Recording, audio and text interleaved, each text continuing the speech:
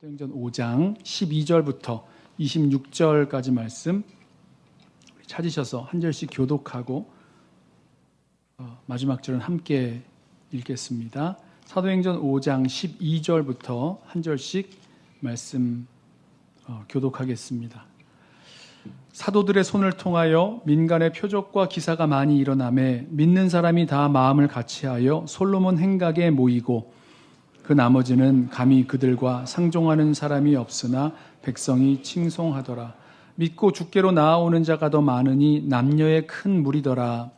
심지어 병든 사람을 메고 거리에 나가 침대와 요의 위에 누이고 베드로가 지나갈 때에 혹 그의 그림자라도 누구에게 덮일까 바라고 예루살렘 부근에 수많은 사람들도 모여 병든 사람과 더러운 귀신에게 괴로움 받는 사람을 데리고 와서 다 나음을 얻으니라.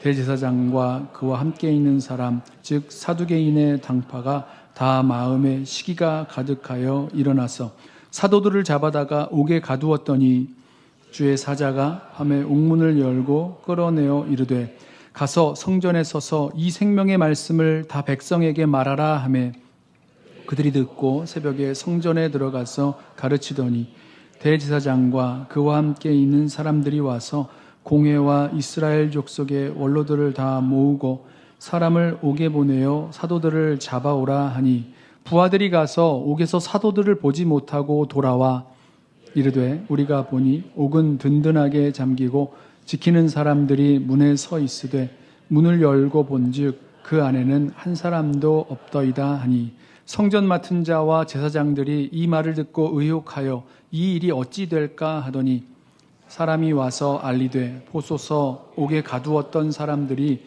성전에 서서 백성을 가르치더이다 하니 함께 읽습니다.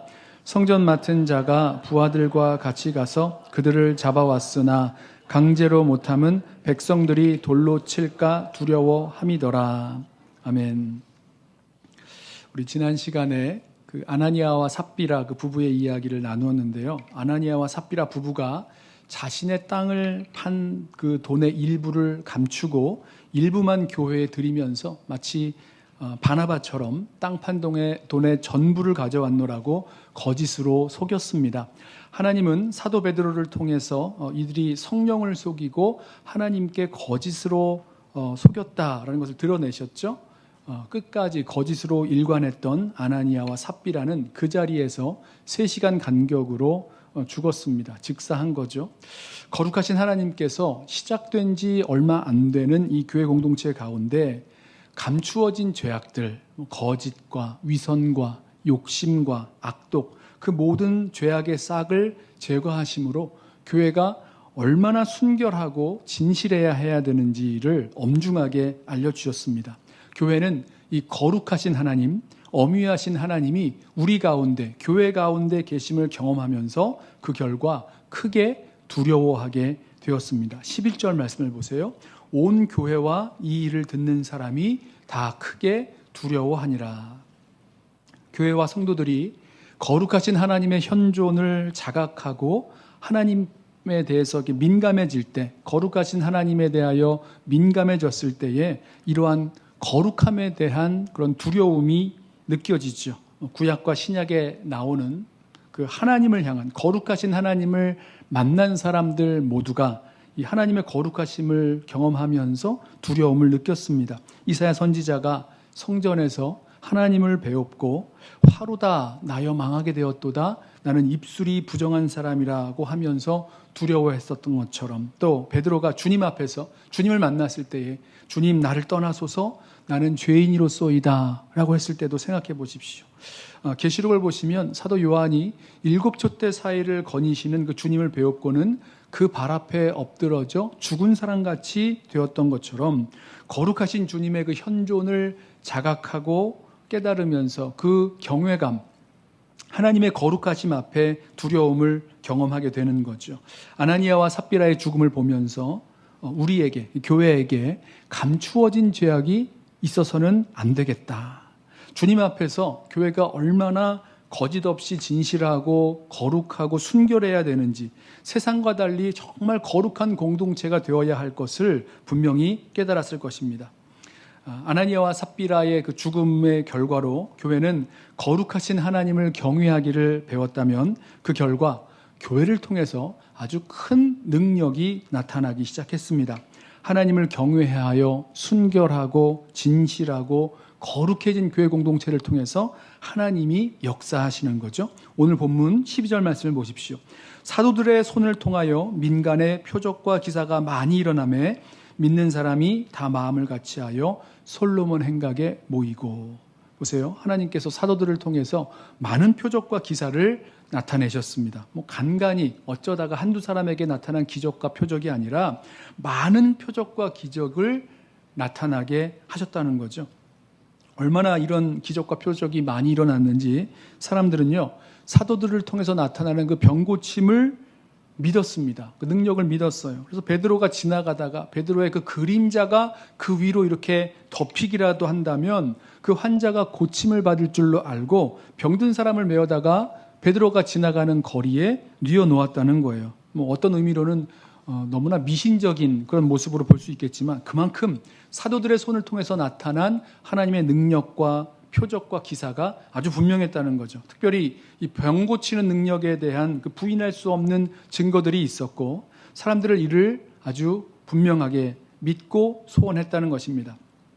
마치 그 12년 동안 혈루병을 앓던 여인이 예수님의 소문을 듣고는 내가 예수님께 나아가서 예수님의 그 옷자락을 붙잡기만 해도 내가 이 혈루병이 나을 것이다 라는 믿음을 가졌고 정말 예수님을 찾아가죠. 군중들 속에서 예수님의 옷에 손을 댑니다. 그랬더니 그 병이 완전히 깨끗하게 고침을 받았죠. 그처럼 사도들의 손을 통하여 나타난 놀라운 병 고치는 그런 기적, 표적을 보면서 정말 그 그림자라도 덮이면 이 병이 나을 것이다 라고 믿는 믿음이 갖게 되었고 또 병자들을 그 거리에 누일 정도로 그 능력이 나타나는 것이 너무나 대단했다는 거죠. 그런데 여기서 우리가 주의해야 할 것이 있습니다. 이 표적과 기적이 얼마나 확실하고 대단했느냐, 얼마나 엄청났느냐, 여기에 주목해야 될 것이 아니죠. 왜 그렇습니까? 이 표적은 하나님께서 행하신 그 표적, 능력이죠. 사도들이 이런 기적을 일으킨 것이 아닙니다. 성경은요, 사도들의 손을 통하여 이 표적과 기적이 나타났다라고 말씀해요. 자, 이 표적과 기사의 주체는 사도들이 아니라 하나님이시라는 말씀이죠. 혹시라도 사도들이 이 표적과 기사를 가지고 자신들이 높임을 받을 요량이었다면 아나니아와 삽비라에 이어서 또 다른 어떤 비극이 일어났을지도 모르겠습니다. 하나님은요, 이렇게 거짓 없고 진실하고 순결한 거룩한 교회 공동체를 통해서 당신의 능력을 나타내시고 역사하셨다는 거죠.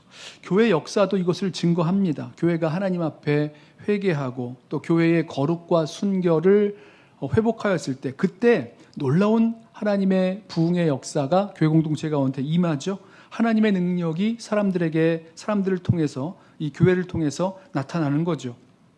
거짓으로 죄악을 감추고 겉으로 보기에만 그냥 그럴듯하게 꾸몄던 교회를 통해서 하나님은 결코 일하지 않으셨습니다. 언제까지 그럴 거냐고 한탄하셨겠죠.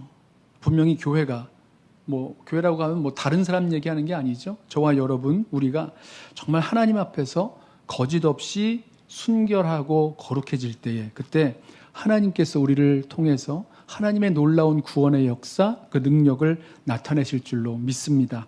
자, 여기서 우리가 한 가지 더 물어야 할 질문. 오늘 본문에서 하나님이 왜 이런 놀라운 표적과 기적을 나타내셨는가? 왜 이렇게 많은 그 능력을 강력하게 허락하셨는가라는 것입니다. 자, 하나님의 이유와 목적이 있죠. 먼저 이 치유와 표적은요, 사도들의 기도에 대한 응답입니다. 그리고 이 표적과 기적은 사도들이 증거하고 있는 그 메시지, 그 복음을 증거하는 거죠. 예수 그리스도가 실제요 진리임을 나타내는 그런 증거가 되고 그 결과 담대하게 예수 그리스도를 전할 수 있게 되는 거죠. 사도들이 그 표적과 기사를 위해서 기도했던 것 기억하시죠? 4장 29절부터 이런 말씀 이렇게 기도했습니다.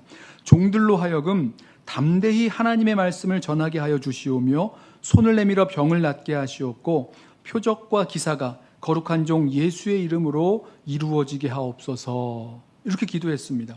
어떤 위협 속에서라도 하나님 말씀을 담대하게 전하는데 이 사도들의 손을 통해서 병을 낫게 하옵시고, 그 말씀대로, 그 기도대로 이루어지죠. 그리고 표적과 기사가 예수의 이름으로 이루어지게 해달라고 기도했습니다.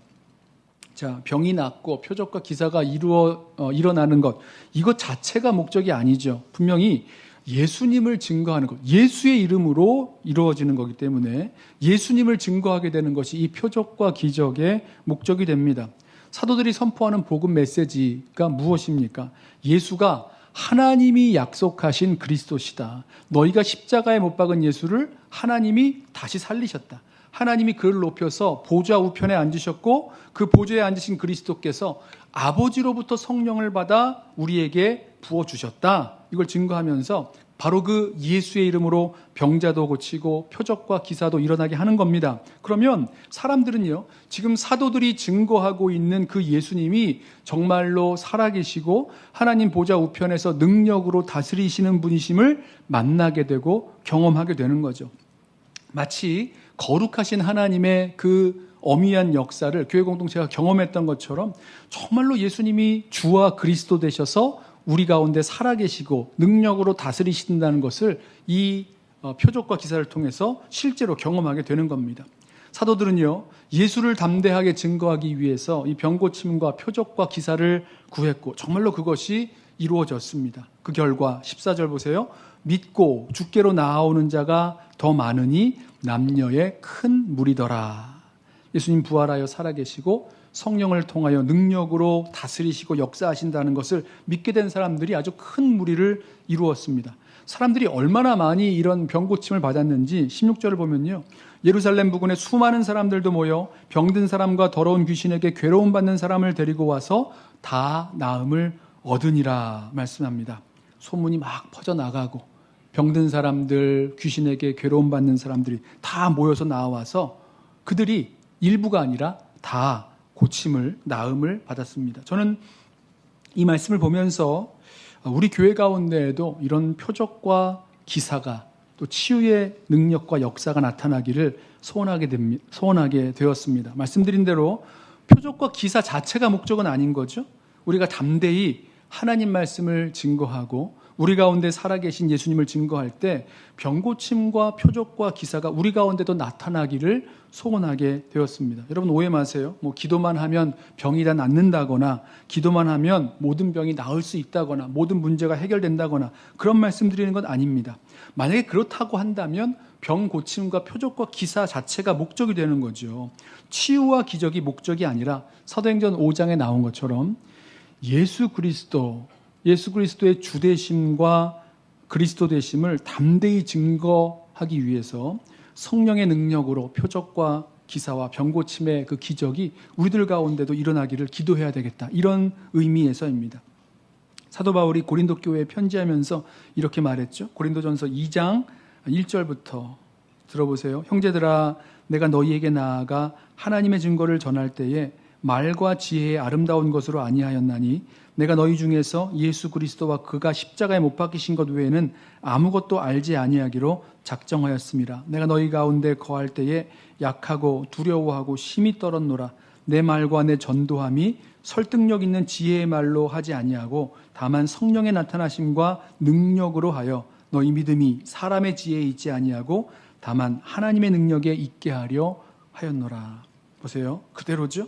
우리의 복음이 말의 설득에만 있지 않기를 원했다는 겁니다. 성령의 나타나심과 능력을 통해서 정말로 우리들 가운데 확증되기를 원했다는 거죠. 이렇게 복음이 전해질 때에 성령의 나타나심과 능력으로 전해지는 것. 여기서 한 가지 더 기억해야 될 것이 하나님이 과연 누구를 통해서 이 능력을 베푸셨는가 우리 마음에 좀 다시 한번 기억하기를 원합니다. 아나니아와 삽비라 사건을 통해서 거짓 없이 진실하고 순결해진 공동체, 거룩해진 그 교회와 성도들을 통해서 이런 역사를 나타내셨습니다. 저와 여러분이 하나님의 능력으로 표적과 기사가 나타나고 주님의 그 복음을 증거하길 원하신다면 먼저 우리가 이 하나님 앞에서 정말 거짓 없이 진실하고 순결해야 할 것입니다. 거룩해야 할 것이죠. 우리 안에 감추인 거짓과 위선, 불의와 탐욕, 이거 다 회개하고 십자가의 보혈로 씻고 정말 성령의 불로 이 모든 더러운 것들이 소멸되어야 합니다. 그럴 때 우리 교회와 성도들이 하나님 쓰시기에 거룩하고 합당한 그런 통로들, 복음의 일꾼들, 도구가 되는 거죠. 사도 바울이 영적인 아들 디모데에게 권면하면서 이렇게 말했어요. 큰 집에는 금그릇도 있고 은그릇도 있고 나무그릇도 있고 질그릇도 있는데 귀히 쓰이기도 하고 천히 쓰이기도 한다. 근데 어떤 그릇이 귀히 쓰이느냐 하면 자기를 깨끗하게 하는 그릇이 귀히 쓰임을 받는다. 이렇게 설명합니다. 디모데후서 2장 21절 말씀이죠. 그러므로 누구든지 이런 것에서 자기를 깨끗하게 하면 귀히 쓰는 그릇이 되어 거룩하고 주인의 쓰심에 합당하며 모든 선한 일에 준비함이 되리라. 금그릇이라고 귀히 쓰이고 질그릇이라고 천히 쓰이고 이런 게 아니죠. 누굽니까? 자기를 깨끗하게 하는 그릇, 자신을 거룩하게 하는 그 그릇이 하나님의 주인의 그 귀한 쓰임에 합당하게 되는 것입니다. 자신을 깨끗하게 하는 거룩한 그릇들 되셔서 하나님의 능력의 역사에 쓰임받는 우리 성도들과 우리 연합교회 공동체 되기를 소원합니다. 자기 자신을, 우리 교회 공동체를 더러움에, 죄악의 방임에 두었다가 아무 곳에도 쓸데없는, 그런 쓸 수가 없는 거죠. 더러우면 쓸 수가 없어요. 아무 곳에도 쓸 수가 없고 또 천히 쓸 수밖에 없는 그런 안타까운 일들이 우리 성도들과 교회 공동체에 일어나지 않도록 정말 주님께서 귀하게 쓰실 수 있는 거룩하고 깨끗한 그릇들 되어야 될 것입니다. 자, 이렇게 사도들의 손을 통해서 병자가 고침을 받고 놀라운 표적과 기사가 나타나자 많은 사람이 예수를 믿게 됐죠. 믿는 자들의 숫자는 점점 많아지고 많은 사람이 모일 곳이 없으니까 이 넓은 장소인 솔로몬 행각에 모이게 됩니다. 새롭게 믿는 자들도 그 수도 늘어났어요. 근데 거기서 그렇지 않은 사람들도 있었습니다. 13절을 보세요. 그 나머지는 감히 그들과 상종하는 사람이 없으나 백성이 칭송하더라. 누구도 부인하기 어려운 예수의 이름으로 나타난 놀라운 표적과 기사들, 또 이 교회 공동체 안에서 성도들이 서로 사랑하고 섬겨주는 그 모습을 보면서 정말 감히, 그리고 아나니아와 삽비라의 이 사건들 보면서 감히 가까이 하기에는 좀 두렵고 어렵습니다만은 그래도 백성들의 많은 칭송을 받게 되었습니다. 자, 그런데 이렇게 교회를 통해서 하나님의 능력이 나타나고 많은 사람이 주께로 돌아오는 역사가 있었는데 다시 어려운 일이 또 하나 발생하죠. 바로 대제사장과 공회원들의 마음에 시기가 가득하여 사도들을 잡아들였습니다. 17절 보세요. 대제사장과 그와 함께 있는 사람, 즉 사두개인의 당파가 다 마음에 시기가 가득하여 일어나서 사도들을 잡아다가 옥에 가두었더니, 예상되는 반응이기도 하죠. 처음이 아닙니다.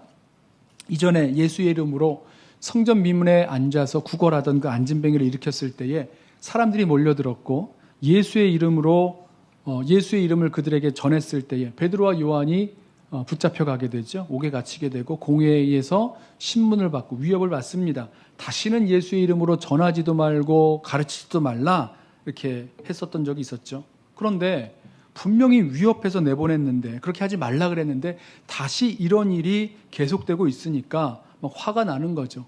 예수의 이름으로 병자를 또 고쳤으니까, 예수의 이름으로 표적과 기적이 막 나타나니까 화도 나고, 동시에 자신들은 그걸 어떻게 흉내를 낼 수도 있는 게 아니지 않습니까? 사도들의 손을 통해서 놀라운 표적과 기사가 민간에 많이 일어났고 예수의 이름으로 병이 났고 교회 공동체의 그 사랑과 섬김의 모습을 보니까 이 백성들의 그 칭송과 인기는 높아져 가는 걸 보면서 그들 마음에 시기가 가득하게 되었다는 겁니다. 재밌어요. 이 마음에 시기가 가득하다라는 이 말은요, 성령이 충만하다라고 할 때와 같은 동사를 사용합니다. 그러니까 사도들이 성령 충만해서 담대히 예수를 전하고 또 예수의 이름으로 표적과 기사를 나타나게 하는 반면에 이 대제사장과 공회원들 마음에는 시기가 가득했습니다. 시기가 충만해지는 거죠. 성령 충만이 아니라 시기 충만하여서 사도들을 옥에 잡아 넣었습니다. 지난번에는 베드로와 요한 두 사도가 갇혔다면 이번에는 여러 사도들을 잡아다가 옥에 가두었습니다. 자, 사도들이 잡혀서 감옥에 들어있는 그 밤에 뭐가 어떻게 된 건지도 잘 몰랐겠죠. 바로 그 밤에 하나님께서 옥에 갇힌 사도들을 구하여 내십니다. 19절에 보면 주의 사자가 밤에 옥문을 열고 끌어내어 이르되 가서 성전에 서서 이 생명의 말씀을 다 백성에게 말하라 하매. 19절 한 절에 주의 사자가 옥에 갇혀 있는 그 사도들을 끌어냈다. 아주 짧게 기록하고 있죠. 그러니까 어떻게 해서 이 놀라운 일이 벌어졌는지 이게 별로 그렇게 중요하지 않게 기록하고 있어요. 다음날 사도들을 공회로 불러들이기 위해서 사람을 옥에 보냈더니 와서 하는 말이 옥문도 잠겨 있고 옥문 앞에서 사람들이 이렇게 지키고 있는데 군사들이 지키고 있는데 막상 문을 열어보니까 사도들이 없다는 겁니다. 자, 이렇게 보고를 받으니까 대체 누가 이런 일을 벌였는지 막 의심해보기도 하고 그러나 알 길은 없는 거죠. 천사들이 사도들을 그 옥에서 나오게 할 때에 문을 열어주고 옥 밖으로 인도해내고 문을 다시 닫고 옥문을 잠그고 그랬을 때에 그 옥문을 지키던 간수들의 눈이 가렸는지도 모르겠습니다. 아무도 알지 못해요. 아무튼 옥에서 탈출하게 되었습니다. 하나님이 그렇게 하신 거죠. 자, 여기서 우리 똑같은 질문을 하는 겁니다. 어떻게 이 일이 일어났는가? 어떻게 이 놀라운 일이 신기한 일이 일어났는가? 이 질문이 아니라 왜 하나님께서 사도들을 옥에서 끌어내셨느냐는 거예요. 성경은 그것을 말하죠. 하나님이 왜 이 사도들을 옥에서 끄집어내셨는가? 그 기적의 이유와 목적을 설명합니다. 뭡니까? 가서 성전에 서서 이 생명의 말씀을 백성에게 말하라 말씀합니다. 지금 하나님께서 왜 이 사도들을 그 옥에서 꺼내셨습니까? 이유가 나왔죠. 사도들이 너무너무 힘들어서 구원하셨다? 아닙니다. 사도들이 너무나 무서운 위협을 당했기 때문에 구하셨다. 이것도 아니었어요. 사도들이 밤새 떼쓰면서 기도했기 때문에 사도들을 구하셨다. 이것도 아니었죠. 기적적으로 사도들을 옥에서 풀어 구원하신 하나님은요, 이 사도들을 통해서 생명의 말씀을 전하기 원하셨습니다. 예수님이 그리스도가 되셔서 죽으셔서 부활하셨다. 성령을 부어주시는 놀라운 구원 역사를 우리에게 베푸셨다. 바로 이 사실을 모든 사람들에게 전해주려는 목적이 있으셨습니다. 세상은요, 사도들을 옥에 가두어서 더 이상 이 복음을 전하지 못하게 했지만 하나님은 이 사도들을 옥에서 꺼내셔서 복음을 전하게 하셨습니다. 생명과 구원의 역사를 원하셨다는 거죠. 사내들인 공회가 사도들의 소식을 듣습니다. 사람들이 와서 알리되 보소서 옥에 가두었던 사람들이 성전에 서서 백성을 가르치더이다. 자, 21절을 보면 이렇게 말씀해요. 그들이 듣고 새벽에 성전에 들어가서 가르치더니. 여러분, 이 사도들이요, 그 천사들이 전해준 그 말을 듣고 정말로 그 새벽에 성전에 가서 이 복음을 전합니다. 생명의 말씀을 전합니다. 그 새벽에 성전에 누가 있었을까요? 얼마나 많은 사람이 있었을까요? 우리 잘 모르죠. 아마도 아침 그 상번제를 준비하는, 그리고 그때 그 기도하는 사람들이 있었는지 모르겠습니다. 제사장들, 번제에 참여하려고 했던 그 유대인들 생각을 해보게 되는데요. 그들이 누구였는지, 얼마나 많이 있었는지, 얼마나 적었는지 잘 모르지만 분명한 것은 그들 가운데 이 생명의 말씀이 필요한 사람이 있었다는 거죠. 하나님께서 천사를 통해서 사도들에게 말씀하신 그대로입니다. 이 생명의 말씀을 다 백성에게 전하라. 성전에 서서. 그래서 그대로 그렇게 하는 거죠. 이것이 옥에서 나오신 이유요. 또 여기에 이 사도들이 순종합니다. 세상은 복음을 가두려 했지만 하나님께서는요, 예수 그리스도의 복음이 온 세상 가운데 전해지도록 도우시고 또 인도하십니다. 역사하십니다. 표적과 기사를 보이기도 하셨고요. 어떠한 희생을 치르고서라도 복음을 전하도록 하셨습니다. 사도들이 옥에서 나왔을 때 한번 생각해 보세요. 옥에서 나와서 어디로 이렇게 도망친다거나 안전한 곳을 숨는다거나 이러지 않았죠. 복음 전한 일을 하도록 그 새벽에 다시 성전으로 들어갔습니다. 그리고요, 얼마 있다가 다시 잡혀옵니다. 다시 또 옥에 갇히게 되는 거죠. 자, 그러면 얼마나 어떻게 보면 그렇게 짧은 시간 다시 잡혀올 거 뭘 그렇게 또 나가라고 하시나, 이런 생각이 들 것 같아요. 그런데 어떠한 희생을 치르고서라도 하나님은 예수 그리스도의 복음을 증거하기를 원하셨다는 거죠. 자, 이렇게 사도들은요, 예수가 그리스도이심을 증거하는 그 일에, 생명의 말씀을 전하는 일에 쓰임을 받았습니다. 대제사장과 공회는 사도들을 옥에 가두었지만 사도들은 옥에 갇히는 것도 두려워하지 않았고 풀리는 것도 상관하지 않았고 오직 하나님만 경외하면서 옥에 갇히든 풀리든 위협이 있든 없든 아주 담대하게 복음을 전하게 되었습니다. 자, 저와 여러분, 우리 교회 공동체도 이렇게 주님의 복음을 전하도록 부르심을 받았고 또 하나님께서 우리를 들어서 이 복음을 위하여 쓰시기를 원하십니다. 세상 가운데로 우리를 예수의 증인으로 부르셨고 또 보내심을 받았습니다. 또 우리가 이 일 속에서 하나님의 이 복음을 위하여 주님의 복음을 위하여 쓰임 받을 수 있는 우리 성도들과 교회 공동체 되기를 원합니다.